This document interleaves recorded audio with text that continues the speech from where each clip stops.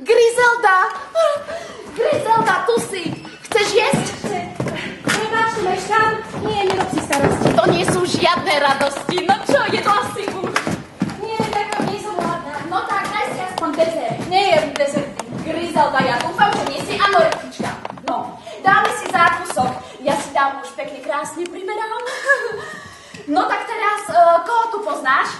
Toto je Jana, v 9. storočí bola pápežkou a Isabella Bird, viktoriánska cestovateľka a Lady Nijo z Japonska, cárová konkubína a buddhistická mníška. No, 13. storočí bližšie tvojej dobe Ava, Gret, ktorú namaľoval Bruegel. Griselda je Bokáčovi, Petrarkovi a Chaucerovi vďaka jej neobyčajnému životu. No, chcela by som veterníka i rakvičky sú odporné a tučné, ale dám si ich, lebo ich milujem. Zabalione, prosím. Jablkový koláč o smotanu. Čo je toto? Zabalione? Zabalione? Rímsko-katolícke. Áno, je to talianské, dá sa spraviť. Jana, je to vynikajúce. Gret. Koláč.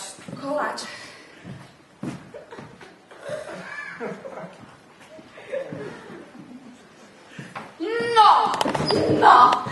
Griseldin život je ako z rozprávky, iba že už začína svadbou s princom. Je to len Markýz. No. V okruhu míru sú všetci ho podaní a ty si bola to chudobné, ale krásne dievča a on ťa zobral preč. Dosť dobrá je na princa, nie? Koľko si mala rokov? 15. Ja som mala výchovu pre dvor a aj tak to bol pre mňa šok. Videla si ho predtým? Áno, všetky sme ho videli. Videli sme ho cválať okolo na koni. A on ma videl na poli s ovcami. Vieš, by som bola dobrá. Áno, a pán Nagent by cválal okolo. Isté, že nie, Mičo. Myslela som na zdravý život na čerstvom vzduchu. Takže on len tak Pricválal, kým ty si sa starala o ovce a požiadal ťa o ruku. Nie, bol to svadobný deň. Všetci chceli, aby sa oženil, aby sa narodil dedič, ktorý by sa o nás postaral, keď zomrie. No a on napokon oznámil deň svadby, ale netušili sme, kto má byť nevesta. Mysleli sme si, že taká krásna princezna z cudziny. Túžili sme ju vidieť, no a potom sme čakali pred domom, aby sme videli sprievod. A on zastal pred našim domom a hovoril s mojím otcom. A tvoj otec ti povedal, aby si slúžila princovi. Môj otec. No, môj otec ledva dokázal niečo povedať. To nie je rozkaz. Povedal Markýz. Mohla som povedať nie. Ale ak poviete áno, budete ma musieť vo všetkom poslúchať.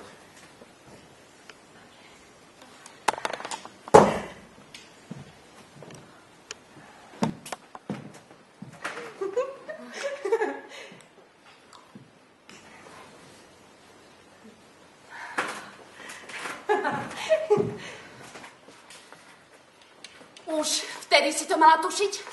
Tak radšej som chcela poslúchať Markýza ako chlapca z dediny. Áno, to je pravda. A čo si mala oblečené?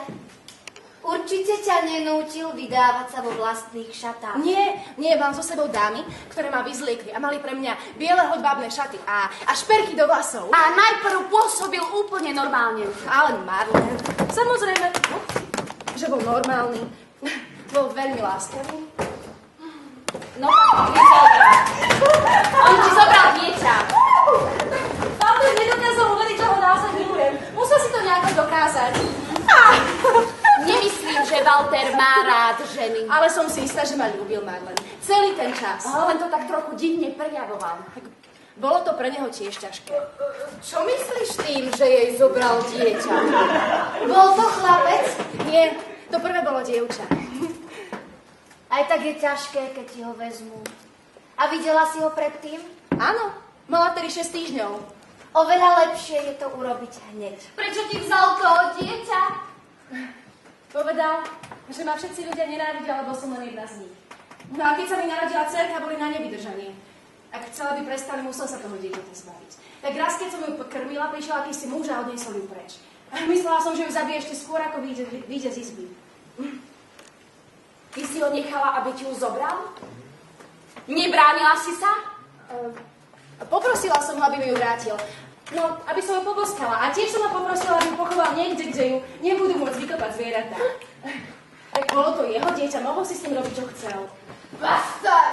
Zložila som sľub. Dobre, ja toto už nevydržím.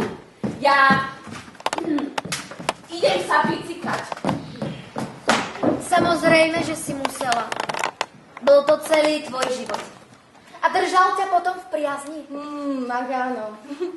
Boli sme spolu dokonale šťastní. No, nikdy sme sa o tom, čo sa stalo, nerozprávali. Je mi jasné, že si robila len to, čo si považovala za svoju povinnosť, ale nebolo ti z toho zle? Nie, veľmi dobre, ďakujem. Bol to chlapec? Druhé dieťa? Áno. Bol chlapec a nechala som z neho, až kým mal 2 roky. Vnúk sedliaka, ľudia sa hnevali. Walter mi to vysvetlil. Ale iste by nezabíjal vlastné Walter deti, sa ľudu nikdy nepodriadil. On si potreboval dokázať, že ho naozaj miluje. Takže on zabíjal svoje vlastné deti, aby zistil, či ho dostatočne miluješ. A bolo to druhýkrát jednoduchšie? Alebo ťažšie? Bolo to vždy jednoduché, lebo som vždy vedela, že spravím, čo mi povie. Dúfam, že si už nemala viac detí. Nie, viac nie. A prešlo 12 rokov, kým ma znova testoval. No a čo spravil tentokrát? Poslal ma preč. Ľudia chcú, aby som si vzal niekoho iného, kto mi dá dediča. Pápež mi dal špeciálny dišpens. No tak som povedala, že pôjdem domov. Prišla som s ničím, tak som s ničím aj odišla. Odišla som domov bosa. Otec mi vybehol v slzách naproti. Vlastne všetci plakali okrem mňa. Tvoj otec aspoň nebol mŕtvý. No príchod domov môže byť vždy uvoľnením. Vždy som veľmi rada videla Heninu krásnu tvár. Áno, bola som dokonale šťastná. A celkom skoro po mňa znova poslal. No nemyslím, že by som bola šla. Ale on po mňa poslal.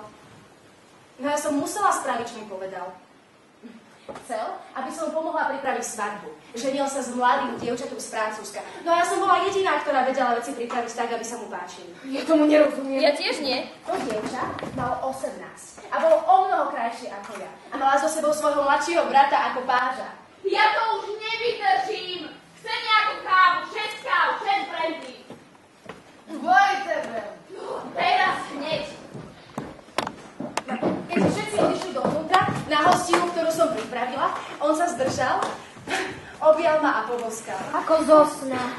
No, bolo to nádherné. Takže ty si mu odpustila a žila si s ním. Takže ťa znovu obliekli. Šaty zo zlata. Ja nedokážem odpustiť. Toto je tvoja dcéra a tvoj syn. Čože?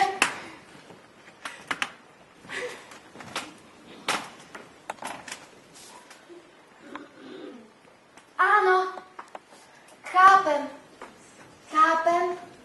Dostala ich späť. Walter je monštrum. Ty si sa nehnevala? Čo si urobila? No, odpadla som. A potom som plakala a boskávala deti. A ty si k nim niečo cítila? Prosím? Cítila si niečo k tým deťom? Samozrejme. No, ľúbila som ich.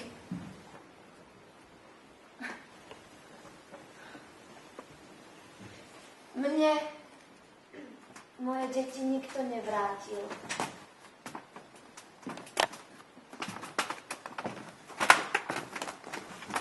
Keď zomrel môj otec,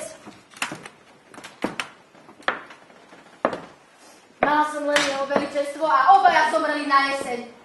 Tak veľa bolesti. Keď zomiera, nechceli ma pustiť do paláca. Áno, ale nepláč. Tak som sa skryla do miestnosti s jeho rakvou a potom som nevedela nájsť stopánky a bežala som za pohrebným sprievodom bossa.